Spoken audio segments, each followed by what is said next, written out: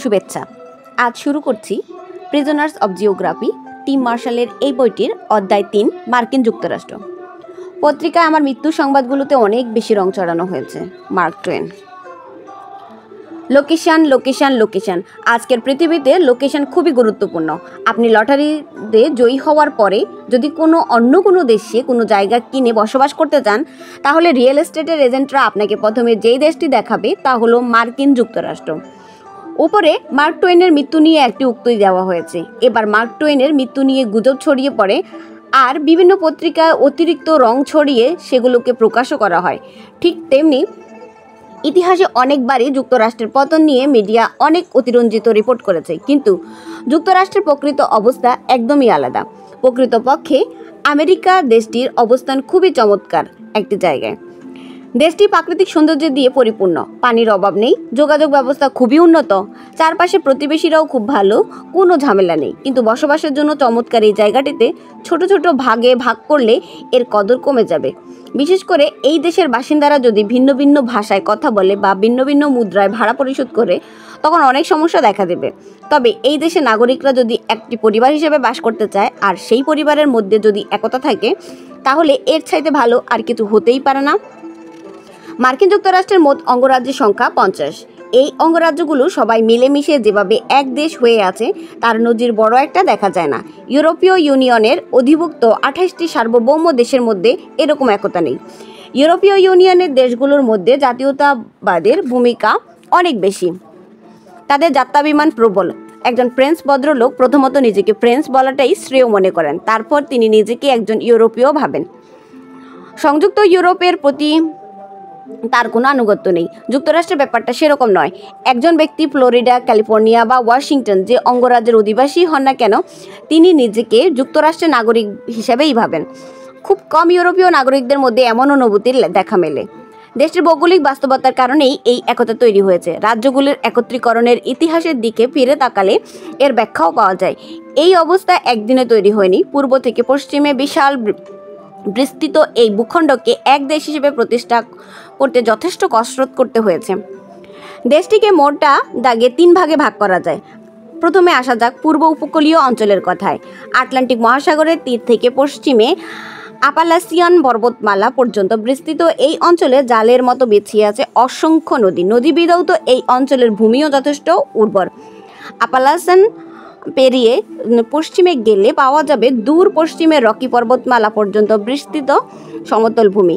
আর এই অঞ্চলেই আমরা পাবো মিসিসিপি নদীর অববাহিকা। অসংখ্য উপনদী এই অববাহিকা দিয়ে প্রবাহিত হয়ে মিসিসিপি নদীতে এসে মিলেছে। আর মিসিসিপি দক্ষিণে মিলিত হয়েছে মেক্সিকো উপসাগরের সাথে।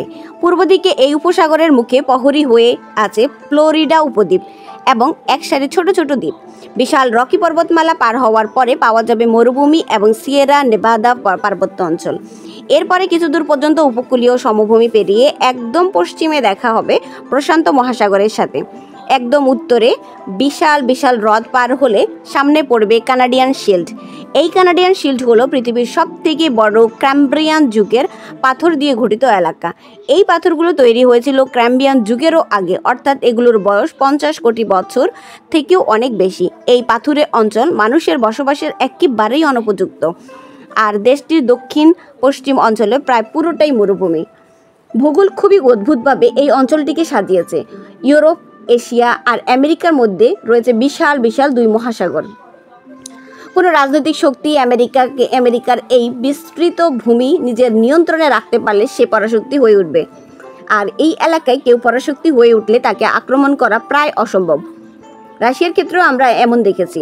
বিশালতা রাশিয়ার প্রতিরক্ষার ক্ষেত্রে খুব গুরুত্বপূর্ণ ভূমিকা পালন করে। প্রতিরক্ষা বাহিনী চাইলেই পিছু হটে দেশের একদম গভীরে চলে যেতে পারে। কানাডা এবং মেক্সিকোর বিশাল আকারও যুক্তরাষ্ট্রকে প্রতিরক্ষা সুবিধা দিয়েছে। এই 2 দেশের মধ্য দিয়ে আক্রমণ করতে হলে প্রয়োজন হবে বিশাল লম্বা রসদের সরবরাহের লাইন। এর বাইরেও আরও একটা গুরুত্বপূর্ণ বিষয় আছে। আধুনিক সময়ে কেউ যদি বোকার মতো যুক্তরাষ্ট্রে হানা দিয়েও বসে, তাদেরকে মোকাবেলা করতে হবে দেশটির নাগরিকদের নাগালের মধ্যে থাকা কোটি কোটি আগ্নেয়াস্ত্রের সাথে। আর এই দেশের নাগরিকেরা নিজেদের জীবন, স্বাধীনতা, আনন্দকে অসম্ভব গুরুত্ব দেয়। শক্তিশালী সামরিক বাহিনী ছাড়াও এই দেশে আছে ন্যাশনাল গার্ড, রাজ্যকেন্দ্রিক এবং নগরকেন্দ্রিক পুলিশ বাহিনী। প্রয়োজনের মুহূর্তে তারাও বিকল্প সামরিক বাহিনী হিসেবে দাঁড়িয়ে যেতে পারে। বহিঃশক্তির আক্রমণের মুখে এদেশের ফলসাম, ফেয়ারফ্যাক্স এবং ফার্মারভিলের মতো ছোট ছোট শহরগুলো হয়ে উঠতে পারে প্রতিরোধের ঘাঁটি, যেমনটি হয়েছিল 2004 সালে ইরাকের ফালুজ্জা শহরে। কিন্তু এরকম ভৌগোলিক অবস্থান কায়েম করে প্রথাগত আক্রমণের বিরুদ্ধে দুর্ভেদ্য হয়ে উঠতে চাইলে এর আগে পুরো এলাকা অধিগ্রহণ করে একীভূত করতে হবে। এই মহাদেশের দুই দিকে দুই মহাসাগর, একদিকের তীর থেকে অপরটির দূরত্ব 3000 মাইলেরও বেশি, আর এই দেশটি অবিশ্বাস্য দ্রুততার সাথে এই বিশাল এলাকার করায়ত্ত করতে সক্ষম হয়েছে। ইউরোপীয়রা এই অঞ্চলে আসে 17 শতকের শুরুর দিকে। আটলান্টিক পাড়ি দিয়ে এই মহাদেশের পূর্ব উপকূলে পৌঁছে তারা দেখলো জায়গাটা বন্দর স্থাপনের জন্য চমৎকার, জমিও খুবই উর্বর। তারা ভাবলো নিজের দেশের চাইতে এখানেই বরং বেশি সুখ শান্তিতে থাকা যাবে, মুক্তভাবে থাকা যাবে নিজেদের দেশের কট্টর আইনকানুনের বেড়াজাল থেকে। তবে আদিবাসীদের উচ্ছেদ করার তেমন কোনো ইচ্ছা প্রথম দিকে এইসব বসতি স্থাপনকারীদের ছিল না। এইসব ঘটেছে আরও অনেক পরে। আসলে এই অঞ্চলের ভৌগোলিক পরিস্থিতির কারণেই দলে দলে লোক ইউরোপ থেকে আটলান্টিক পাড়ি দিয়ে হাজির হতে থাকে। তারা এখানে স্থায়ীভাবে বসতি স্থাপন শুরু করে।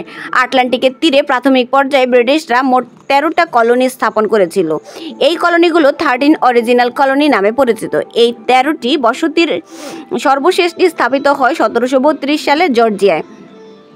বসতিগুলোর পূর্ব দিকে ছিল আটলান্টিক মহাসাগর আর পশ্চিম দিকে আপালাসিয়ান পর্বতমালা। 1500 মাইল জুড়ে বিস্তৃত এই পর্বতমালা রকির মতো উঁচু না হলেও পশ্চিমে যাওয়ার পথে বেশ বড় বাধা হয়ে দাঁড়ায়। তাছাড়া প্রথম দিকে বসতি স্থাপনকারীরা নিজেদের ঘাঁটি তৈরি করা এলাকা স্থায়ী হয়ে নিজেদের প্রশাসন তৈরির কাজে ব্যস্ত ছিল। তার উপরে তাদের সামনে বাধা হয়ে দাঁড়ায় রাজনৈতিক বিধিনিষেধ। তৎকালীন ব্রিটিশ সরকার ছিল আপালাসিয়ানের পশ্চিমে বসতি স্থাপনের গুরুতর বিরোধী। বাণিজ্য এবং রাজস্বের হিসাবটা পূর্ব উপকূলীয় এলাকায় থাকাটাই ব্রিটিশদের জন্য সুবিধাজনক ছিল। কিন্তু ব্রিটিশদের খবরদারি তারা আর মানতে চাচ্ছিল না। বসতি গড়ে উঠছিল বিচ্ছিন্নভাবে, উত্তরে ম্যাসাচুসেটস থেকে দক্ষিণের জর্জিয়া পর্যন্ত 1000 মাইল জুড়ে। তবে স্বাধীনতা যুদ্ধের 1775 থেকে 1783 সালের আগে বছরগুলোতে কলোনিগুলো স্বাধীনচেতা হয়ে উঠতে থাকে। ব্রিটিশ শাসন তাদের আর ভালো লাগছিল না। তারা একটা পর্যায়ে একে অপরের সাথে যোগাযোগ করতে শুরু করে, আর এভাবেই আমেরিকার স্বাধীনতা যুদ্ধের সূচনা হয়। সে সময় সবগুলো বসতি মিলে আনুমানিক জনসংখ্যা ছিল 25 লাখের মতো। যুক্তরাষ্ট্রের স্বাধীনতা ঘোষণাপত্র লেখা হয় 1776 সালে। সেই ঘোষণাপত্রের সময় এবং পরিস্থিতির পরিপ্রেক্ষিতে স্বাধীনতা ব্যতীত আর কোনো পথ খোলা নেই বলে দাবি করা হয়। সেখানে মানুষের সমতার কথাও বিশেষভাবে উল্লেখ করা হয়, তবে দাসদের ব্যাপারে সযত্নভাবে এটা এড়িয়ে যাওয়া হয়। এই ঘোষণার পরিপ্রেক্ষিতে স্বাধীনতা যুদ্ধে বেগবান হয় এবং এর ফলে জন্ম হয় নতুন একটি জাতিরাষ্ট্রের। তবে নতুন এই দেশের নেতারা 19বিংশ শতকের শুরুর দিকেও এর ভৌগোলিক অবস্থান সম্পর্কে পরিষ্কার ধারণা রাখতেন না। প্রশান্ত মহাসাগরের অবস্থান সম্পর্কেও কার্যত কোনো ধারণা ছিল না তাদের। তারা জানতেন না যে তাদের অবস্থান প্রশান্ত মহাসাগরের কয়েক হাজার মাইল দূরে। কিছু দুঃসাহসিক অভিযাত্রী অবশ্য ইন্ডিয়ান ট্রেইল ধরে আপালাচিয়ান পার হয়ে মিসিসিপি নদী পর্যন্ত পৌঁছে যায়। তারা আশা করেছিল এই নদী ধরে এগোলেই তারা প্রশান্ত মহাসাগরে পৌঁছাতে পারবে, আর সেই সাথে পাওয়া যাবে বিস্তীর্ণ বাসযোগ্য এলাকা। আসলে সে সময় পর্যন্ত প্রশান্ত মহাসাগর সংক্রান্ত তথ্য স্প্যানিশ ও পর্তুগিজ ছাড়া কার্যত আর কারো কাছেই তেমন ছিল না। প্রশান্ত মহাসাগরের তীরবর্তী এলাকা, বর্তমানে ক্যালিফোর্নিয়া, ছিল স্প্যানিশদেরই দখলে। সেই সাথে তাদের দখলে ছিল দক্ষিণ পশ্চিমের বিশাল এলাকা, বর্তমানে টেক্সাস। এই সময়টা যুক্তরাষ্ট্রের নিরাপত্তা ব্যবস্থা যে খুব ভালো ছিল তা বলা যাবে না।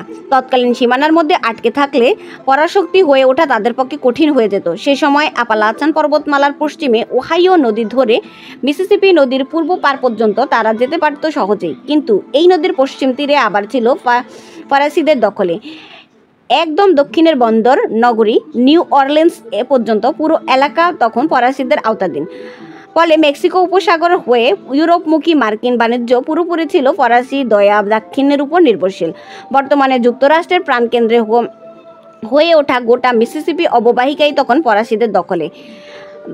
প্রেসিডেন্ট নির্বাচিত হওয়ার বছরখানেক পর 1802 সালে থমাস জেফারসন লিখেছিলেন, পৃথিবীতে একটা মাত্র জায়গা আছে যে জায়গায় দখলদাররা আমাদের সহজাত এবং স্বভাবজাত শত্রু, আর সে জায়গাটি হলো নিউ অরলিন্স। মার্কিন দৃষ্টিকোণ থেকে ফ্রান্সকে তা তখন দখলদার এবং সমস্যা হিসেবে গণ্য করা হতো। তবে সমস্যা সমাধানের যুদ্ধের পরিবর্তে বেছে নেওয়া হয় ভিন্ন ভিন্ন কৌশল। 1803 সালে পুরো লুজিয়ানা অঞ্চলটি ফ্রান্সের কাছ থেকে কিনে নেয় মার্কিন যুক্তরাষ্ট্র। এই অঞ্চলটির বিস্তার ছিল দক্ষিণে মেক্সিকো উপসাগর থেকে শুরু করে উত্তর পশ্চিমে রকি পর্বতমালা পর্যন্ত। স্পেন, ইতালি, ফ্রান্স, যুক্তরাজ্য ও জার্মানিকে একত্র করলে যতটুকু হবে লুজিয়ানা একাই আয়তনে তার সমান। আর বিশাল এই ভূমির সাথে তারা পেয়ে গেল গোটা মিসিসিপি নদীর অববাহিকা। পরবর্তীকালে যুক্তরাষ্ট্রের সাফল্যের আর দুর্দান্তের অগ্রযাত্রার পেছনে এই অববাহিকার অপরিসীম গুরুত্ব বা ভূমিকা রয়েছে। লুজিয়ানার বিনিময়ে ফ্রান্সকে তাদের দিতে হয়েছিল $15 মিলিয়ন। সেই সময়ের প্রেক্ষিতে অনেক টাকা হলেও এর বিনিময়ে আমেরিকা যা পেল তা অমূল্য। এক ধাক্কা যুক্তরাষ্ট্রের আকার হয়ে গেল দ্বিগুণ। আর সেই সাথে দখলে এলো পৃথিবীর সব থেকে গুরুত্বপূর্ণ অভ্যন্তরীণ জলপথ। ইতিহাসবিদ হেনরি অ্যাডামস এই প্রসঙ্গে বলেছিলেন, এত কম মূল্যে এত বেশি কিছু যুক্তরাষ্ট্র আর কখনোই পায়নি। অভ্যন্তরীণ যোগাযোগ ও পরিবহনের জন্য মিসিসিপি অববাহিকা ছিল খুবই গুরুত্বপূর্ণ। এখানে নদীগুলোতে সমন্বিতভাবে যত মাইল নৌপথ আছে, বাকি পৃথিবীর মোট অভ্যন্তরীণ নৌপথ মিলেও ততটা হবে না। মিসিসিপির প্রতিটি উপনদীর উৎসমুখী তুলনামূলকভাবে সমতলে অবস্থিত, এমনটা পৃথিবীর আর কোথাও নেই। উত্তরের মিনিপোলিস থেকে শুরু করে 1800 মাইল পথ অতিক্রম করে মেক্সিকো উপসাগরে গিয়ে পড়েছে এই নদী।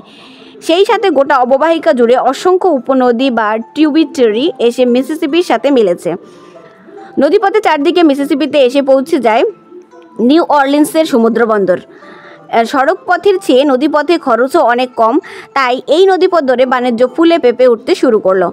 মার্কিনদের তখন রমরমা অবস্থা। একদিকে প্রচুর চাষযোগ্য জমি, অন্যদিকে আকারে বড় হওয়ার ফলে পাওয়া যাচ্ছে ভূ রাজনৈতিক কৌশলগত দিক থেকে সুবিধা। সেই সাথে বাণিজ্যের জন্য আটলান্টিক উপকূলের বিকল্প বন্দরও এসে গেছে তাদের হাতে। একদিকে পশ্চিমমুখী নানা পথ ধরে পূর্ব উপকূল থেকে নতুন এলাকায় যাচ্ছে মানুষ, অন্যদিকে বহমান নদীপথ উত্তর থেকে দক্ষিণের স্বল্প জনবহুল অঞ্চলগুলোকে পরস্পরের সাথে সংযুক্ত করেছে।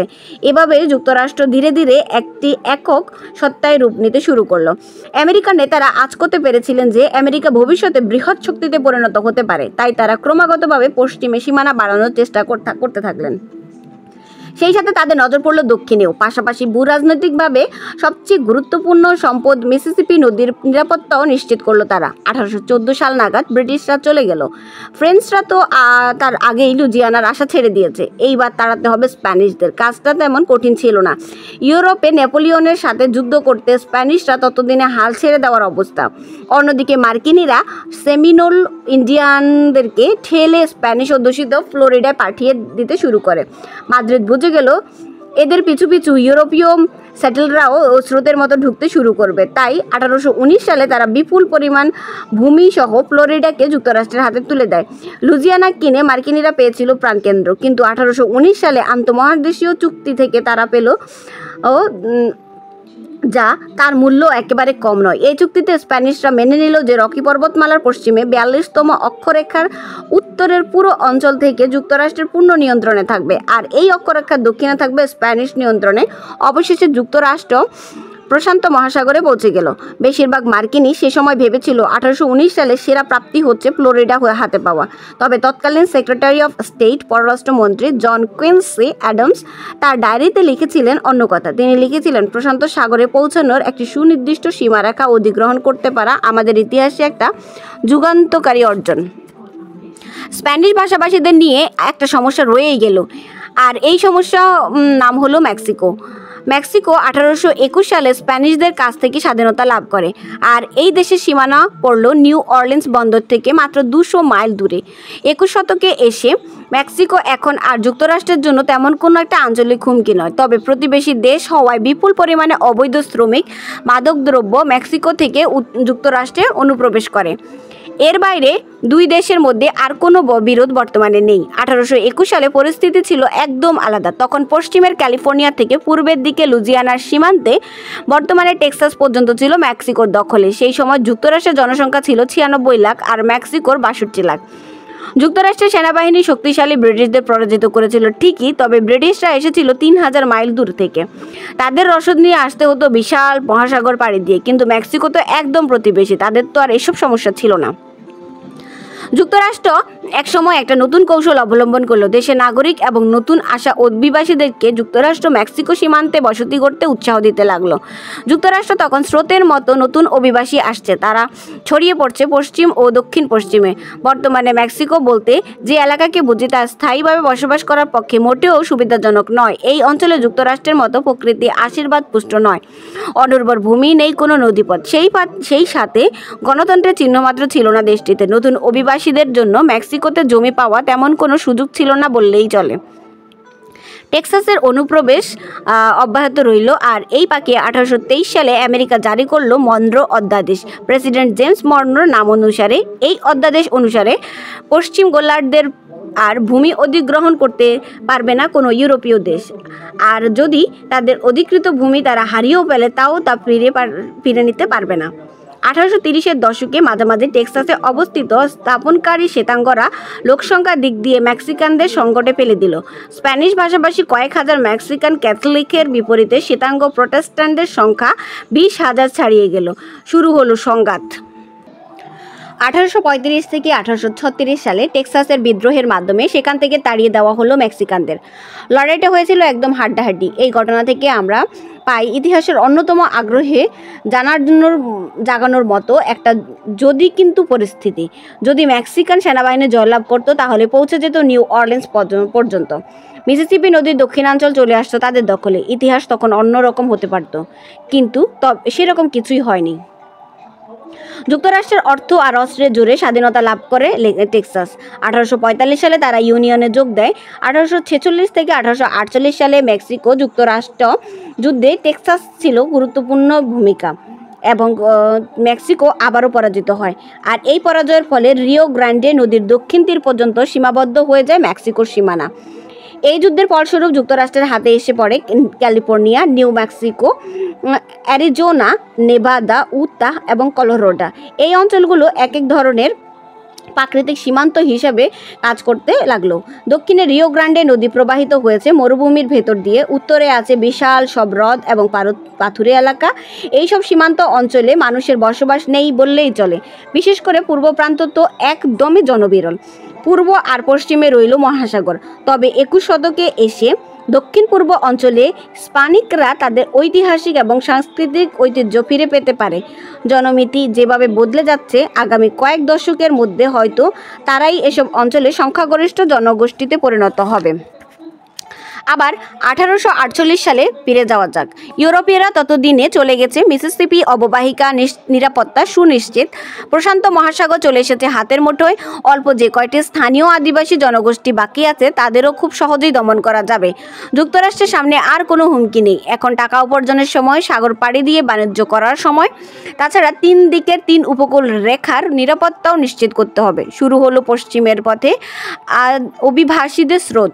1848 থেকে 1849-এ ক্যালিফোর্নিয়া গোল্ড রাশ আরও বহু মানুষের আমেরিকা টেনে নিয়ে এসেছিল পৃথিবীর সকল প্রান্ত থেকে।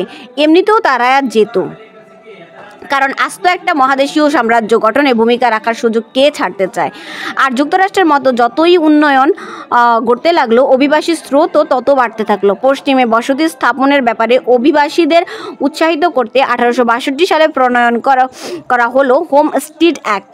এই আইনের আবেদনকারীকে শর্ত সাপেক্ষে 160 একর সরাসরি খাস জমি স্থায়ী বন্দোবস্ত দেওয়ার নিয়ম হলো। শর্ত হচ্ছে সামান্য ফি দিতে হবে এবং অন্তত 5 বছর এই জমিতে চাষাবাদ করতে হবে। ইতালি, জার্মানি এবং স্ক্যান্ডিনেভিয়ার দরিদ্র জনগণ স্প্যানিশ অধ্যুষিত ল্যাটিন আমেরিকার বদলে বেছে নিয়েছে যুক্তরাষ্ট্রকে। ল্যাটিন আমেরিকা স্প্যানিশ জমিদারের ভূমিদাস হিসেবে কাজ করার বদলে নিজেই জমির মালিক হয়ে যাওয়ার সুযোগ দিল যুক্তরাষ্ট্র। ফলে লোকজনও এই সুযোগ লুপে নিল। বাড়তে থাকলো আমেরিকার অভিবাসীর সংখ্যা। 1867 সালে রাশিয়ার কাছ থেকে আমেরিকা কিনে নিল আমেরিকা মহাদেশের উত্তর পশ্চিম প্রান্তে অবস্থিত বরফাচ্ছাদিত বিশাল এক এলাকা আলাস্কা।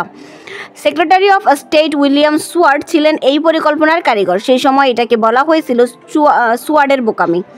আলাস্কার জন্য দিতে হয়েছিল মোট $7.2 মিলিয়ন প্রতি একরের জন্য 2 সেন্ট করে। এতে টাকা দিয়ে বরফ কেনার জন্য তিনি ব্যাপকভাবে নিন্দিত হলেন। তবে 1896 সালে বড় আকারে সোনার খনি পাওয়ার পরে জনমত পাল্টাতে শুরু করে। কয়েক দশক পরে সেখানে বিপুল পরিমাণে তেলের সন্ধানও মেলে। 1869 সালে আন্তঃমহাদেশীয় রেলপথ উদ্বোধন করা হয়। এর মাধ্যমে মাত্র এক সপ্তাহে দেশের এক প্রান্ত থেকে আরেক প্রান্তে যাওয়ার সুযোগ তৈরি হলো। আগে এই কাজটা করতে কয়েক মাস লেগে যেত, আর সে পথও ছিল ঝুঁকিপূর্ণ। ধন সম্পদে বলীয়ান হয়ে ওঠার সাথে সাথে নৌবাহিনীর শক্তি বৃদ্ধি করতে শুরু করলো যুক্তরাষ্ট্র। গোটা 19 শতক জুড়ে তাদের পররাষ্ট্রনীতি ছিল বহির্বিশ্বের সাথে বাণিজ্য সম্পর্ক বৃদ্ধি করা। এই সময় প্রতিবেশী দেশ ছাড়া আর কারোর সাথে বিবাদে জড়ায়নি তারা। গভীর সাগরে শুধু তাদের বাণিজ্য জাহাজই চলত, কিন্তু উপকূলের সুরক্ষার জন্য সাগরে নৌশক্তি মোতায়েন জরুরি। আর এই ক্ষেত্রে বাধা ছিল স্পেন।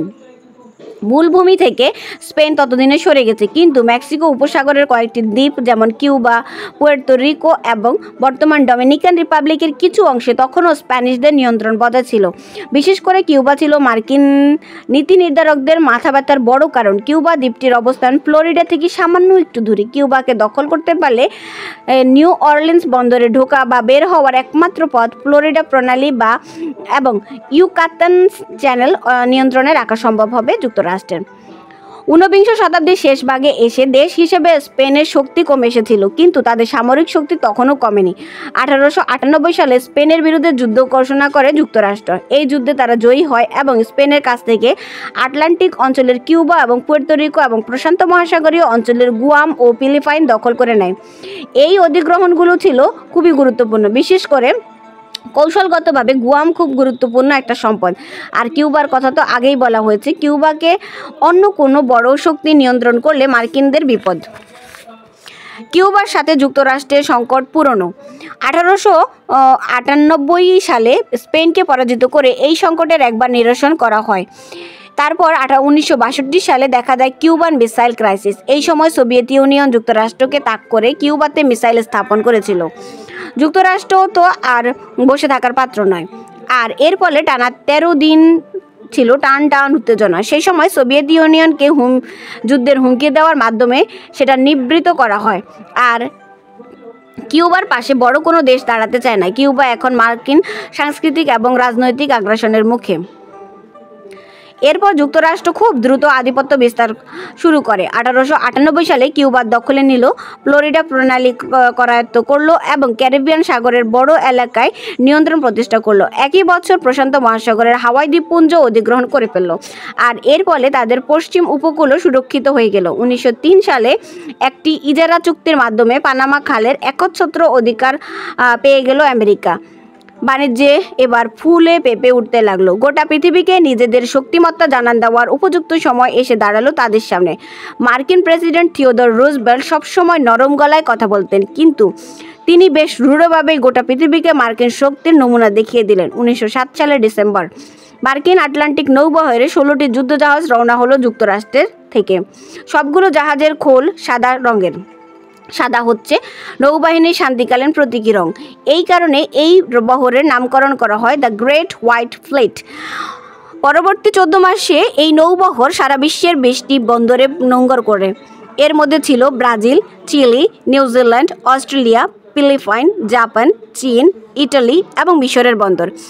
এর মধ্যে সবথেকে গুরুত্বপূর্ণ ছিল জাপানের বন্দর। জাপানকে বুঝিয়ে দেওয়া হলো প্রয়োজন পড়লে মার্কিনরা আটলান্টিক নৌবহরকে প্রশান্ত মহাসাগরেও মোতায়েন করতে পারে।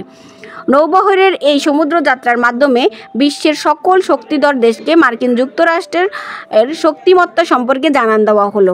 প্রেসিডেন্ট জর্জ ওয়াশিংটন বিদায়ী ভাষণকে যুক্তরাষ্ট্রের সমস্ত প্রেসিডেন্টই বিশেষভাবে স্মরণ রাখেন। তিনি কিছু দেশের সাথে দীর্ঘমেয়াদী শত্রুতায় জড়াতে মানা করেন, কিছু দেশের সাথে শক্ত বন্ধনের নির্দেশনা দেন, এমনকি কোনো দেশের সাথে স্থায়ী মিত্রতায় আবদ্ধ না হতেও পরামর্শ দেন। এই নীতি বিংশ শতাব্দীর শুরুর দিকে ভালোভাবেই মেনে চলছে যুক্তরাষ্ট্র। এর মধ্যে ব্যতিক্রম হিসেবে বলা যায় প্রথম বিশ্বযুদ্ধের শেষ পর্যায়ে তাদের অংশগ্রহণকে। এটুকু বাদ দিলে 1941 সালের আগ পর্যন্ত তারা কারোর সাথে স্থায়ী সংঘাত বা মিত্রতায় জড়ায়নি। কিন্তু দ্বিতীয় বিশ্বযুদ্ধের সব বদলে দিল। জাপানের ক্রমবর্ধমান সামরিক শক্তিকে লাগাম পরাতে 1940 সালে যুক্তরাষ্ট্র তাদের উপর অর্থনৈতিক নিষেধাজ্ঞা জারি করে। ফলে জাপানের অর্থনীতি প্রায় পঙ্গু হয়ে যাওয়ার দশা। তাই জাপান ছিল মরিয়া। এর জবাবে জাপান 1941 সালের ডিসেম্বরে যুক্তরাষ্ট্রের পার্ল হারবার সামরিক ঘাঁটিতে ব্যাপক হামলা চালায়। যুক্তরাষ্ট্র এর জবাব দিল প্রবল পরাক্রমে। এতদিন ধরে গড়ে তোলা বিশাল শক্তিমত্তা গোটা পৃথিবী জুড়ে ছড়িয়ে দিল তারা। এই প্রভাব বজায় রাখতে চেয়ে এবারে তারা নিজেদের সামরিক শক্তিকে আর ফিরিয়ে নিল না। দ্বিতীয় বিশ্বযুদ্ধ পরবর্তী বিশ্বের সবথেকে শক্তিশালী অর্থনৈতিক ও সামরিক পরাশক্তি হিসেবে আত্মপ্রকাশ করল যুক্তরাষ্ট্র। পৃথিবীর সবগুলো সাগরপথে নিজেদের নিয়ন্ত্রণ প্রতিষ্ঠার প্রয়োজন অনুভব করল তারা। সেই সময় যুক্তরাষ্ট্রের প্রতিপক্ষ বলতে কেউই ছিল না। ইউরোপ তখন ক্লান্ত, তাদের শহর এবং গ্রামগুলোর মতো তাদের অর্থনীতিও তখন যুদ্ধবিধ্বস্ত। জাপান তো প্রায় ধ্বংস হয়ে গেছে। চীন তো ব্যস্ত নিজেদের অভ্যন্তরীণ বিবাদ থামাতে, কারণ চীনে তখন ক্ষমতা দখল নিয়ে চলছে কমিউনিস্ট পার্টির সাথে জাতীয়তাবাদী দলের লড়াই। আর রাশিয়া তো পুঁজিবাদের খেলাতেই নেই। মার্কিনীদের আর ঠেকায় কে? ব্রিটিশরা 1 শতাব্দী আগে বুঝতে পেরেছিল যে তাদের নৌশক্তি সামর্থ্য বাড়াতে গেলে দেশের বাইরে নানা জায়গায় ঘাঁটি নির্মাণ করতে হবে। তারাও কিছু নির্মাণ করেও ফেলেছিল, কিন্তু 19 শতকের শেষে এসে তারা পরিণত হলো ক্ষয়িষ্ণু শক্তিতে।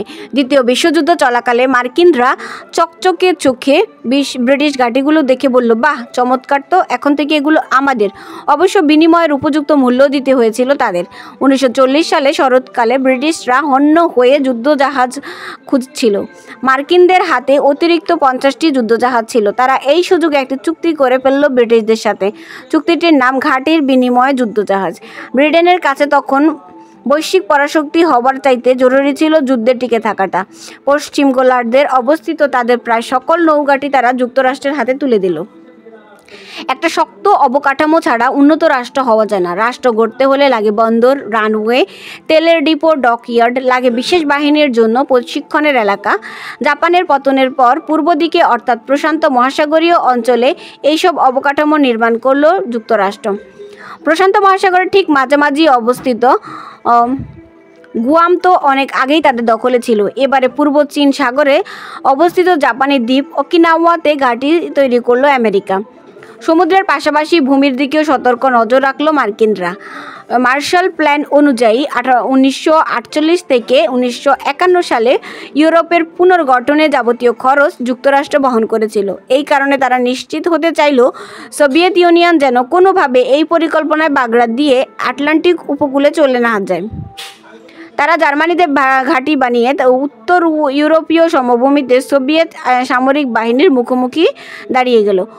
1949 সালে ন্যাটো গঠিত হয়। ইউরোপ আর উত্তর আমেরিকার সামরিক জোট হিসেবে এই সংগঠনকে গড়তে মূল ভূমিকা রাখল ওয়াশিংটন। আর এর মাধ্যমে ইউরোপের সম্মিলিত সামরিক বাহিনীর নেতৃত্ব তাদের হাতে চলে আসে। ন্যাটোর বেসামরিক প্রধান একজন ইউরোপীয় হয়ে থাকে। এই বছর একজন বেলজিয়ান, পরের বছর হলেন একজন ব্রিটিশ, কিন্তু সামরিক প্রধানের পদে সবসময় একজন মার্কিনী থাকবে, এটাই অলিখিত নিয়ম। এখন পর্যন্ত যুক্তরাষ্ট্রই ন্যাটোর প্রধান সামরিক শক্তি। চুক্তিতে যাই লেখা থাকুক না কেন, ন্যাটোর সামরিক প্রধান ওয়াশিংটনের কাছে জবাবদিহি করতে বাধ্য। এমনকি ওয়াশিংটনের সম্মতি ছাড়া ন্যাটোভুক্ত কোনো দেশ নিজস্ব বা নৌনীতিও বাস্তবায়ন করতে পারে না। 1956 সালে সুয়েজ খাল নিয়ে সংকটের সময় বিষয়টা স্পষ্ট হয়। সে সময় ওয়াশিংটনের চাপে সুয়েজ খালের নিয়ন্ত্রণ ছেড়ে দিতে বাধ্য হয়েছিল ফ্রান্স এবং যুক্তরাজ্য। আর এর মাধ্যমে মধ্যপ্রাচ্যে তাদের প্রভাব প্রায় পুরোটাই খোয়াতে হয়। ন্যাটোর 4 প্রতিষ্ঠাতা সদস্য আয়ারল্যান্ড, নরওয়ে, ব্রিটেন, ইতালি তাদের সকল ঘাঁটি ইচ্ছামতো ব্যবহারের অনুমতি দিয়েছে যুক্তরাষ্ট্রকে। উত্তর আটলান্টিক এবং ভূমধ্যসাগরের পাশাপাশি প্রশান্ত মহাসাগরেও বর্তমান মার্কিন কর্তৃত্ব প্রতিষ্ঠিত হয়। 1951 সালে অস্ট্রেলিয়া আর নিউজিল্যান্ডের সাথে জোট বাঁধার ফলে মার্কিন নিয়ন্ত্রণে আসে প্রশান্ত মহাসাগরের দক্ষিণাঞ্চল, আর প্রশান্ত মহাসাগরের উত্তরাঞ্চল তাদের নিয়ন্ত্রণে আসে 1950 থেকে 1953 সালের কোরিয়ান যুদ্ধের পর। বর্তমানে যুক্তরাষ্ট্রের 2টি ম্যাপ। আমরা সচরাচর যে ম্যাপটি দেখি সেখানে প্রশান্ত মহাসাগরীয় উপকূলে সিয়াটল থেকে পূর্ব দিকে শৈবাল সাগর পর্যন্ত দেখানো হয়। অন্য ম্যাপটিতে দেখানো হয় যুক্তরাষ্ট্রের ভূ রাজনৈতিক ক্ষমতার দ্বন্দ্ব। এই ম্যাপে তাদের সকল ঘাঁটি, বন্দর, রানওয়ে চিহ্নিত হয়ে আছে, কিন্তু এইগুলো তো প্রকাশ্য। এদের বাইরে আরও কিছু বিষয় আছে যা সাধারণের অবোধের অগম্য, যেমন কোনো অঞ্চলে কি ঘটলে কোন কোন দেশকে বা মিত্র বা কোন দেশকে প্রতিপক্ষ হিসেবে পাওয়া যাবে। বিশ্বের প্রতিটি শক্তিশালী দেশই জানে তারা যদি কোথাও ঝামেলা পায় যুক্তরাষ্ট্র চাইলেই সেখানে নাক গলাতে পারে, কিন্তু একমাত্র আমেরিকাই সত্যিকারের পরাশক্তি। 1960 সালে ভিয়েতনাম যুদ্ধে পরাজিত হওয়ার পর মার্কিনীদের আত্মবিশ্বাসে বড় ধাক্কা লেগেছে। তাই বহির্বিশ্বের ঝামেলার মধ্যে মার্কিন যুক্তরাষ্ট্রের সাথে পা পেলে তারা এখন কিন্তু তাদের মূল বিদেশ নীতিতে তেমন কোনো পরিবর্তন আসেনি। বর্তমানে মাত্র 3টি অঞ্চল মার্কিনীদের সামনে চ্যালেঞ্জ ছুড়তে সক্ষম। এগুলো হলো একত্রিত ইউরোপ, রাশিয়া এবং চীন। সময়ের সাথে সাথে 3টি অঞ্চলই আরও শক্তিশালী হয়ে উঠতে পারে, তবে এর মধ্যে 2টি অঞ্চল নিয়ে এখনই তাদের সামর্থ্যের চূড়ান্ত সীমায় পৌঁছে গেছে। এর চাইতে সামনের দিকে যাওয়ায় আর কোনো সম্ভাবনা তাদের নেই। এই 2টি অঞ্চল হলো ইউরোপ আর রাশিয়া। ইউরোপীয় ইউনিয়নের মাধ্যমে একজোট হয়ে অভিন্ন বৈদেশিক নীতি ও প্রতিরক্ষা নীতি বাস্তবায়নের স্বপ্ন দেখেছিল ইউরোপ, কিন্তু সেই স্বপ্ন ধীরে ধীরে ভেঙে গেছে। ইউরোপীয় ইউনিয়নভুক্ত দেশগুলো প্রতিরক্ষা খাতে ব্যয় কমিয়ে দিয়েছে, ফলে নিরাপত্তার জন্য যুক্তরাষ্ট্রের মুখোমুখি হয়ে থাকা ছাড়া আর কোনো উপায় নেই তাদের। 2008 সালে অর্থনৈতিক মন্দায় ইউরোপের অনেকটাই ন্যূজ হয়ে গেছে।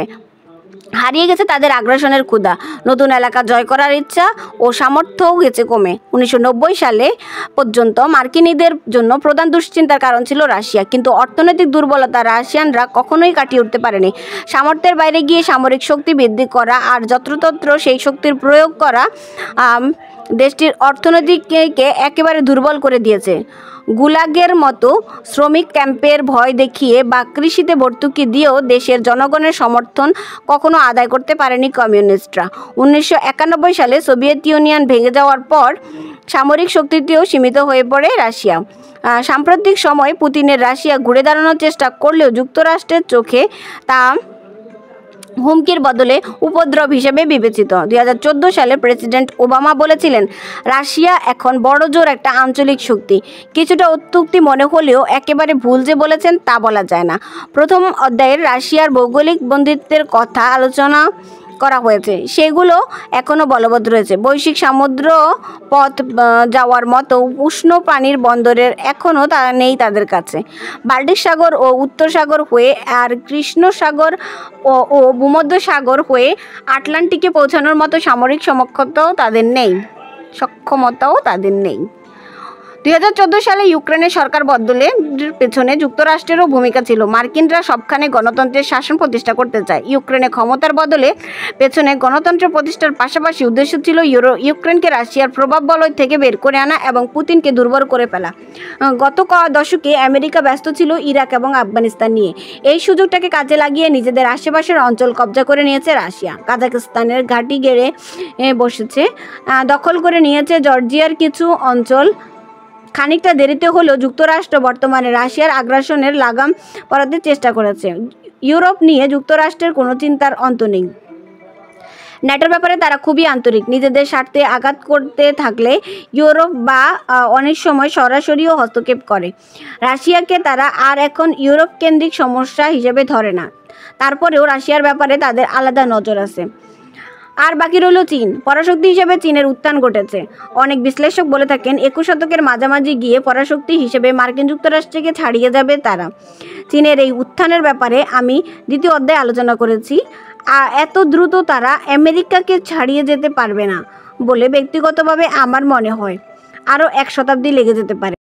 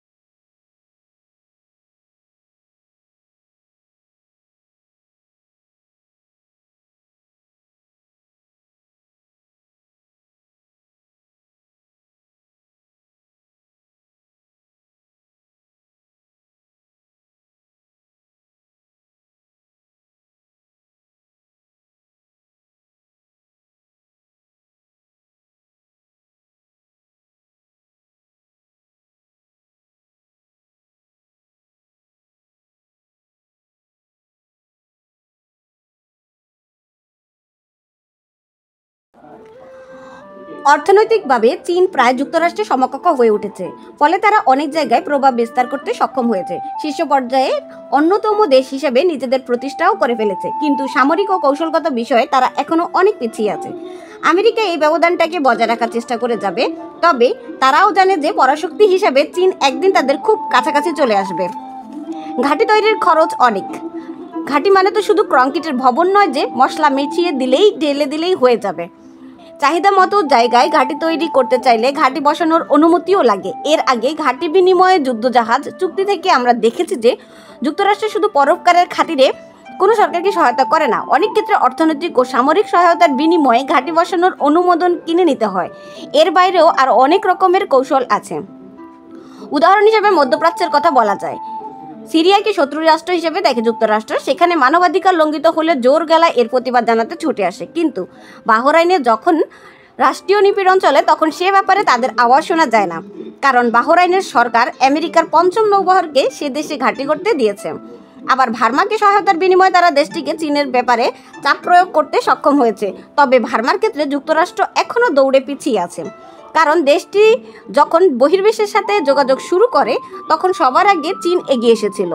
আবার জাপান, থাইল্যান্ড, ভিয়েতনাম, দক্ষিণ কোরিয়া, সিঙ্গাপুর, মালয়েশিয়া ও ইন্দোনেশিয়ার ক্ষেত্রে বিষয়টা সম্পূর্ণ আলাদা। এই দেশগুলো তাদের বৃহৎ প্রতিবেশী চীনের আগ্রাসী নীতি সম্পর্কে ইতিমধ্যেই উদ্বিগ্ন হয়ে আছে। এই কারণে তারা নিজেরাই ওয়াশিংটনের সাথে খাতির রাখতে আগ্রহী। বিভিন্ন বিষয় নিয়ে তাদের নিজেদের মধ্যে বিরোধ আছে, তবে এইসব বিরোধের চেয়ে নিজেদের একতাবদ্ধ হওয়াটাকেই বেশি গুরুত্বপূর্ণ মনে হয় তাদের কাছে। না হলে চীন ধীরে ধীরে সবাইকে গ্রাস করে নেবে। তবে চীনের প্রতি মার্কিনীদের এই বাড়তি মনোযোগ দেওয়াটা এখন প্রাথমিক পর্যায়ে আছে। বিষয়টি বেশ কৌতূহল উদ্দীপক। অনেকে মনে করেন এর ফলে ইউরোপ থেকে তাদের মনোযোগ সরে যাচ্ছে, কিন্তু একদিকে মনোযোগ দেওয়ার অর্থ এই নয় যে অপর দিকে মনোযোগ সরে যাবে। এটা অনেকটা দুই পায়ের মধ্যে ভরের ভারসাম্য রাখার মতো। যুক্তরাষ্ট্রের বৈদেশিক নীতি প্রণেতাদের মধ্যে অনেকেই বলেন ২১ শতকের ইতিহাসে এশিয়া ও প্রশান্ত মহাসাগরীয় অঞ্চলের ভূমিকাই হবে সবথেকে জোরালো। পৃথিবীর অর্ধেক মানুষই এই অঞ্চলে বসবাস করে, তার উপর আছে উদীয়মান শক্তি ভারত। ২০৫০ সালের মধ্যে পৃথিবীর মোট অর্থনৈতিক উৎপাদনের অর্ধেকই ভারতসহ এশীয় প্রশান্ত মহাসাগরীয় অঞ্চল থেকে আসবে বলে ধারণা করা হয়। এই কারণে ভবিষ্যতে যুক্তরাষ্ট্রকে আমরা ক্রমেই পূর্ব এশিয়াতে সময় এবং অর্থের বিনিয়োগ বাড়াতে দেখব, কারণ এই অঞ্চলে তাদের প্রভাব এবং উদ্দেশ্য বলবৎ করতে হবে। উদাহরণ হিসেবে বলা যায় উত্তর অস্ট্রেলিয়ার কথা। সেখানে ইউএস মেরিনের একটি ঘাঁটি স্থাপন করা হয়েছে। বন্ধু দেশগুলোর উপর সত্যিকারের প্রভাব বিস্তারের জন্য মাঝে মধ্যে সামরিক শক্তিও দেখাতে হয়। তাদের দেখাতে হয় যে বিপদের সময় আমেরিকা পাশে থাকবে। ধরা যাক চীন হঠাৎ করে একটা জাপানিজ ডেস্ট্রয়ের উপর গোলাবর্ষণ শুরু করলো এবং সামনে আরও আক্রমণের পরিকল্পনা করতে থাকলো। তখন বন্ধু রাষ্ট্রের প্রতি দায়বদ্ধতা দেখাতে যুক্তরাষ্ট্র সামরিক শক্তি প্রয়োগ করতেই হবে। তারা তখন হয়তো সতর্ক করে দেওয়ার জন্য চাইনিজ যুদ্ধজাহাজের দিকে গোলা ছুড়তে পারে। উত্তর কোরিয়া যখন দক্ষিণ কোরিয়ার দিকে গোলা ছোড়ে, দক্ষিণ কোরিয়া পাল্টা গোলা ছুড়ে জবাব দেয়। যুক্তরাষ্ট্র এক্ষেত্রে সরাসরি নাক গলায় না, তারা শুধু সামরিক উপস্থিতি জানান দেয়। তবে পরিস্থিতি আরও জটিল হয়ে উঠলে তারা সতর্ক করার জন্য গোলা ছুড়বে, তারপর লক্ষ্যবস্তুতে আঘাত হানবে। এর ফলে যুদ্ধ ছাড়াই পরিস্থিতি গোলাটে হয়ে উঠবে, আর তখন তা বিপজ্জনক পরিস্থিতিতে এগিয়ে যাবে। ওয়াশিংটন এই অঞ্চলকে দেখতে চায় যে নিজের ভালোর জন্য এই অঞ্চলের সবার উচিত যুক্তরাষ্ট্রের সঙ্গে থাকা, আর চীন চায় এর উল্টোটা। ফলে সংঘাত এড়িয়ে এলে দুই পক্ষই প্রতিক্রিয়া দেখাবে, কারণ যে পক্ষ পিছিয়ে যাবে সেই পক্ষই মিত্রদের আস্থা হারাবে, সেই সাথে প্রতিপক্ষ আরও সাহসী হয়ে উঠবে। ফলে দেখা যাবে বর্তমানের মিত্ররা দলবদল করে ফেলেছে। আক্রমণ বা হুমকির মুখে নত না হওয়াটা অনেক সংস্কৃতিরই বৈশিষ্ট্য। পিছিয়ে আসাটাকে দুর্বলতা হিসেবে দেখা হয় অনেক ক্ষেত্রেই। এটা শুধু পূর্ব এশিয়া বা মধ্যপ্রাচ্যের সাংস্কৃতিক বৈশিষ্ট্য নয়, মানব চরিত্রই এমন। তবে এই দুই অঞ্চলের সংস্কৃতিতে এই বিষয়টা আলাদাভাবে মহিমান্বিত করা হয়। অন্যান্য দেশের মতো মার্কিন বিদেশ নীতি বিশেষজ্ঞরাও তা ভালো করেই জানেন। ইংরেজি ভাষায় এই নিয়ে চমৎকার একটা প্রবাদও আছে, তাদেরকে 1 ইঞ্চি জায়গা ছাড়লে তারা 1 মাইল নিয়ে নেবে। মার্কিন প্রেসিডেন্ট থিওডোর রুজভেল্ট আরও সরাসরিভাবে বলেছেন, ভদ্রভাবে কথা বলো, তবে বড় একটা লাঠি হাতে রেখে। যুদ্ধ যদি হয় তবে এই শতকের সবথেকে মারাত্মক লড়াই হবে যুক্তরাষ্ট্র, চীন এবং প্রশান্ত মহাসাগরীয় বাকি দেশগুলোর মধ্যে। হার না মেনে এবং পরস্পরের প্রতি দীর্ঘমেয়াদী ঘৃণার জন্ম না দিয়ে কে যে কীভাবে সংকট সামাল দেয় সেটাই এখন দেখার বিষয়। কিউবান মিসাইল সংকটে এই ধরনের পরিস্থিতির একটা সার্থক উদাহরণ বলা যায়। আমেরিকা সেই সংকটে নিজেদেরকে জয়ী বলে দাবি করে থাকে, কিন্তু রাশিয়া যেমন কিউবা থেকে নিজেদের মিসাইল সরিয়ে নিয়েছিল, তেমনি যুক্তরাষ্ট্র তুরস্ক থেকে তাদের মস্কো অভিমুখী জুপিটার মিসাইল সরিয়ে নিতে হয়েছিল। এটা ছিল এক ধরনের আপোষ। এখানে উভয় পক্ষই নিজেদেরকে বিজয় দাবি করতে পারে। 21 শতকের প্রশান্ত মহাসাগরীয় অঞ্চলে এর থেকেও বড় বড় আপোষ করতে হতে পারে। প্রাথমিকভাবে আপোষ হয়তো চীনই করছে। তারা এই এলাকায় একটি বিমান প্রতিরক্ষা শনাক্তকরণ এলাকা গঠন করেছে। এই এলাকায় যুদ্ধ বিমান ওড়াতে হলে আগে তাদেরকে চীনকে জানাতে হবে, কিন্তু আমেরিকা এসবের থোড়াই কেয়ার করে। চীনকে অগ্রাহ্য করে তারা প্রায়ই এই এলাকায় যুদ্ধ বিমান ওড়ায়, কিন্তু এই এলাকাটিকে নিজের বলে দাবি করাটা চীনের একটা কূটনৈতিক সাফল্য। আবার যুক্তরাষ্ট্রের এই নিষেধ অমান্য করাটাও সাফল্যই বলতে হবে, তবে এটা দীর্ঘমেয়াদী একটা খেলা। বিষয়টা অনেকটা লুকোচুরি খেলার মতো। দক্ষিণ চীন সাগরের স্পার্টলি দ্বীপপুঞ্জ অঞ্চলে চীন যে সকল কৃত্রিম দ্বীপ তৈরি করে তার সবগুলোতেই রানওয়ে আছে। 2016 সালে তারা প্রথমবারের মতো এখানকার একটি রানওয়েতে বিমান অবতরণ করায়। ভিয়েতনাম এবং ফিলিপাইন এর জোরালো প্রতিবাদ জানায়, কারণ এই দুটি দেশই ওই অঞ্চলকে নিজেদের বলে দাবি করে। যুক্তরাষ্ট্রের ভাষ্যেও একে আঞ্চলিক সংহতি বিনষ্টকারী পদক্ষেপ হিসেবে বলা হয়। ওয়াশিংটন বর্তমানে এই এলাকায় চীনের নির্মাণ কাজ এবং বিমান অবতরণের দিকে সতর্ক নজর রাখছে। তারা নিজেদের ইচ্ছে মতো মাঝে মধ্যে এসবের প্রতিবাদ জানাচ্ছে বা এই এলাকায় নিজেদের নৌ ও বিমান টহল বৃদ্ধি করছে, কারণ একদিকে মিত্রদেরকে আশ্বস্ত করতে হবে যে আমেরিকা তাদের পাশে আছে এবং একই এলাকায় সকলের চলাচলে স্বাধীনতা রক্ষার বদ্ধপরিকর তারা। আবার চীনের সাথে সামরিক সংঘাত জড়ানোর মতো বাড়াবাড়ি যেন না হয়ে যায় সেটাও খেয়াল রাখতে হবে। জাপানের ব্যাপারে যুক্তরাষ্ট্রের বৈদেশিক নীতি হচ্ছে তারা যে চীনের বিরুদ্ধে একজোট হয়ে যে ব্যাপারে জাপানকে নিশ্চিত রাখা, সেই সাথে ওকিনাওয়া দ্বীপে নিজেদের ঘাঁটি বজায় রাখা জাপানের প্রতিরক্ষা বাহিনীকে আরও শক্তিশালী করতে সাহায্য করবে তারা। আবার জাপানের নৌবাহিনী যেন বেশি শক্তিশালী না হয়ে ওঠে সেদিকেও খেয়াল রাখবে তারা, কারণ তাহলে প্রশান্ত মহাসাগরীয় অঞ্চলে যুক্তরাষ্ট্রের জন্য হুমকি হয়ে উঠতে পারে।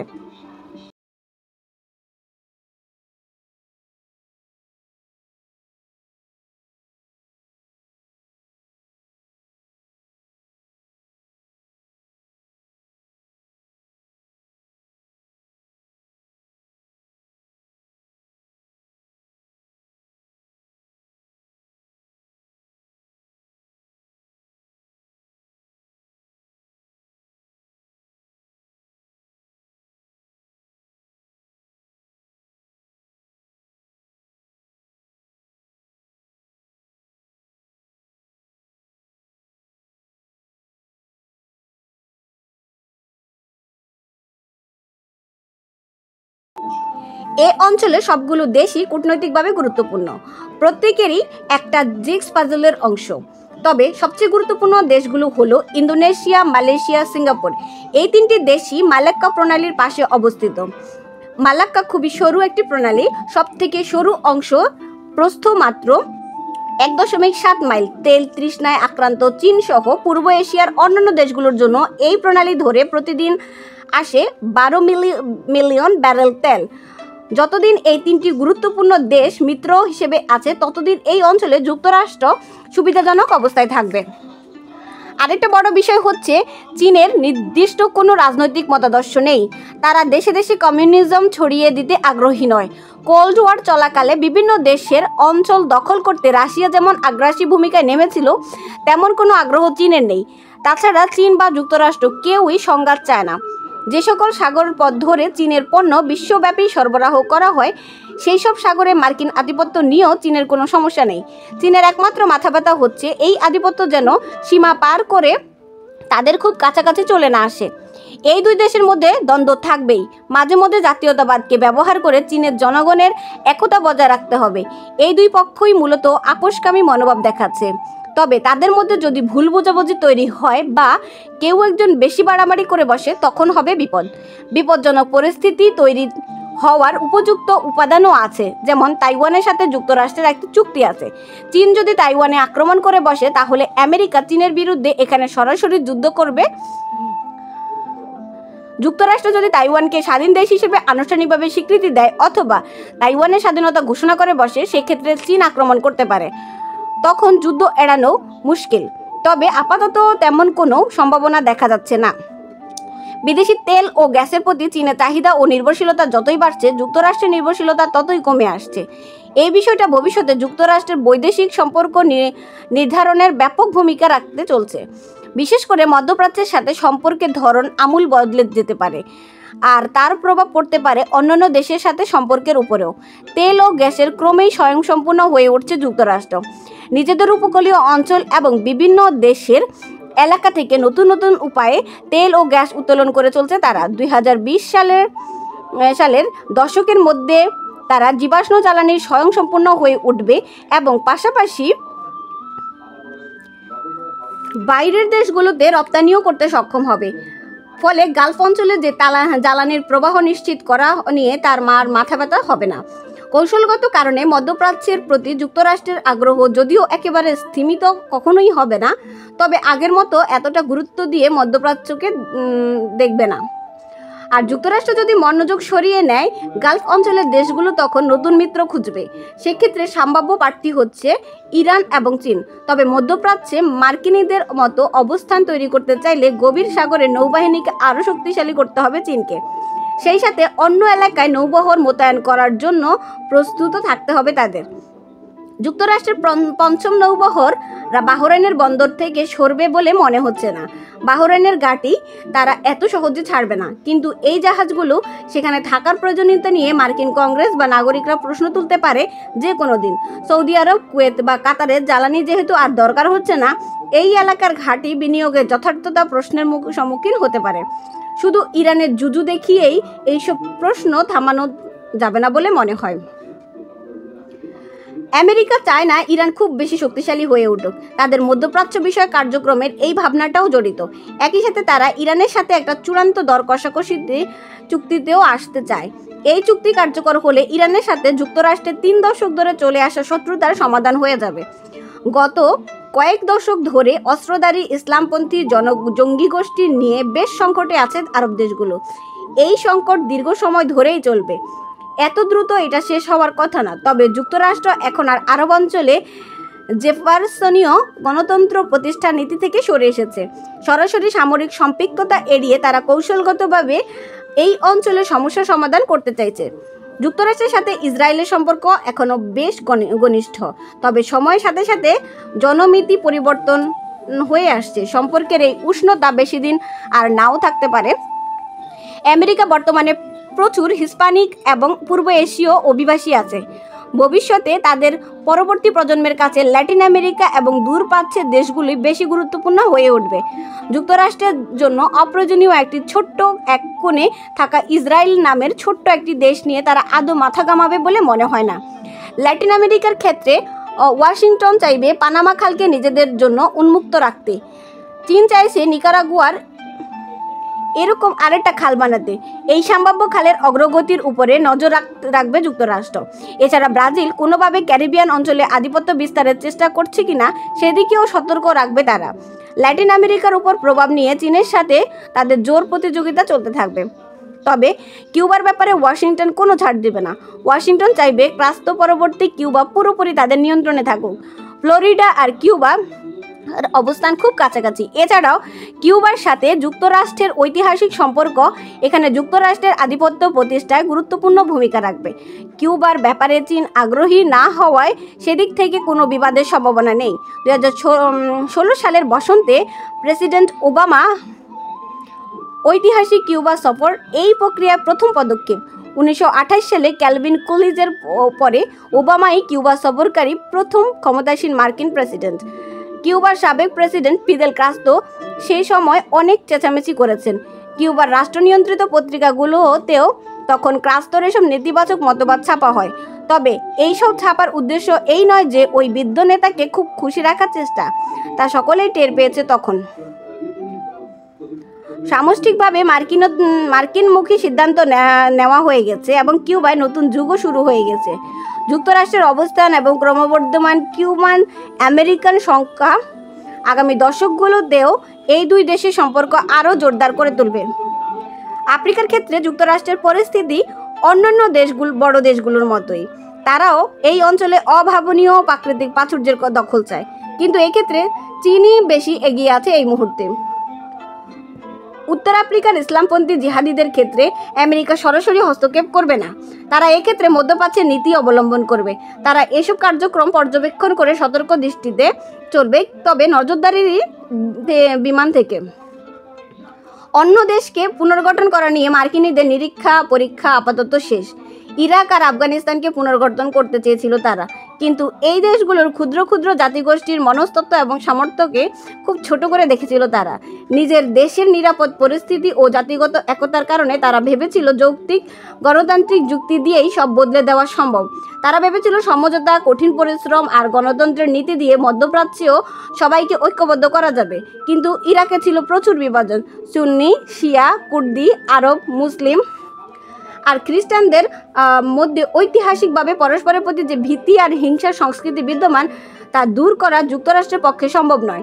তারা ধরে নিয়েছিল সকলেই এক হতে চায়, শুধু সুযোগের অভাবে হতে পারছে না।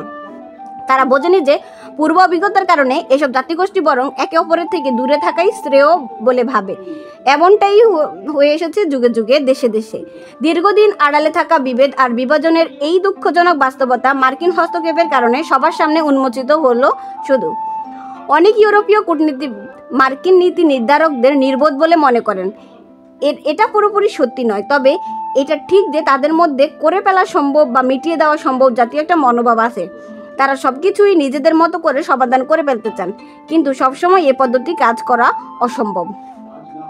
গত 30 বছর ধরে বলা হচ্ছে যুক্তরাষ্ট্রের সেই দিন আর নেই, অথবা দ্রুতই যুক্তরাষ্ট্রের পতনের দিকে যাচ্ছে। এই ভাবনা আগেও যেমন ছিল, বর্তমানেও তেমনি ভুল। পৃথিবীর সবচেয়ে সফল দেশটি এখন জ্বালানি শক্তিতে স্বয়ংসম্পূর্ণ হতে যাচ্ছে। দেশটি অর্থনীতির দিক দিয়ে এখনও অপ্রতিরোধ্য। সামরিক গবেষণা এবং উন্নয়ন খাতে ন্যাটোভুক্ত সকল দেশের সম্মিলিত সামরিক বাজেটের চাইতেও বেশি খরচ করছে তারা। ইউরোপে বা জাপানে যেভাবে ক্রমেই বৃদ্ধির অনুপাত বেড়ে চলছে, যুক্তরাষ্ট্রে তা একেবারেই নয়। 2013 সালে এক জরিপে দেখা গেছে বিশ্বের মোট অভিবাসন প্রত্যাশীদের 25%-এরও বেশি যুক্তরাষ্ট্রকেই বেছে নিচ্ছে, এবং একই বছর সাংহাই বিশ্ববিদ্যালয়ে করা সেরা 20 বিশ্ববিদ্যালয় তালিকার 17টিই যুক্তরাষ্ট্রের। প্রুসিয়ান রাষ্ট্রনায়ক অটো ফন বিসমার্ক 1 শতাব্দীরও বেশি আগে বলে গিয়েছিলেন, ঈশ্বর মাতাল, শিশু এবং মার্কিন যুক্তরাষ্ট্রকে বিশেষভাবে দেখভাল করার দায়িত্ব নিয়েছেন। এ কথাটি এখনও সত্যিই আছে। ধন্যবাদ সবাইকে।